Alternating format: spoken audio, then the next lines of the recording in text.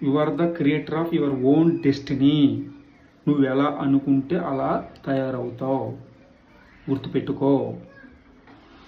యద్భావం తద్భవతి, గతి అంతో మతి అంతే.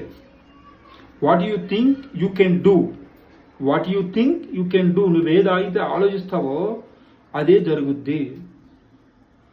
ఇది మన ఋషుల దగ్గర నుంచి, మన దేవుళ్ళ దగ్గర నుంచి, మన మన లెజెండ్స్ దగ్గర నుంచి చాలామంది చెప్పుకుంటూ వచ్చారు. అలాగే మొన్న పవన్ కళ్యాణ్ లాస్ట్ ఎలక్షన్స్ ముందు కూడా ఒక కాలేజీకి వెళ్ళి చెప్పాడు. ఒక అమ్మాయి అడిగింది, మీ ఫేవరెట్ కోట్ ఏంటి సార్ అని పవన్ కళ్యాణ్ అడిగితే చెప్పాడబ్బా, ఇంకా అంతకంటే క్లారిటీగా, అంతకంటే డీటెయిల్స్గా, అంతకంటే ఎక్స్ట్రాడినరీగా ఎవరు చెప్పలేరు. ఒక్కసారి మీకు ఆ కాలేజీకి వెళ్ళిన ఒక స్పీచ్ ఉంటుంది, పవన్ కళ్యాణ్ గారు. ఆ స్పీచ్ ఒక్కసారి వినండి మీరు. యద్భావం తద్భవతే, గతి అంతో మతి అంతే. What you think you can do it, what you think you can. So is very good quotation. అది భగవద్గీతలో మనకి ఉంటుంది. అది భగవద్గీతలో మీరు భగవద్గీతలో ఒక అద్భుతమైన శ్లోకం అది. సో కాబట్టి మనం ఎప్పుడు కూడా మన ఆలోచనలు మంచిగా ఉండాలి, మన థింకింగ్ మంచిగా ఉండాలి, మనం చేసే పనులు మంచిగా ఉండాలి.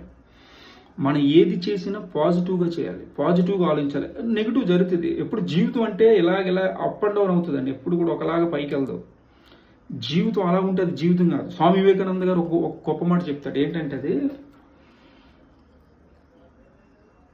ఇప్పుడు మనిషి పుట్టిన తర్వాత పొద్దున్నే కాఫీ వస్తుంది, మధ్యాహ్నం భోజనం వస్తుంది, నైట్ డిన్నర్ వస్తుంది, బిర్యానీలు, ఫుడ్, గర్ల్ ఫ్రెండ్స్, ఎంజాయ్మెంట్లు అన్నీ సూపర్గా నడిచిపోతుంది.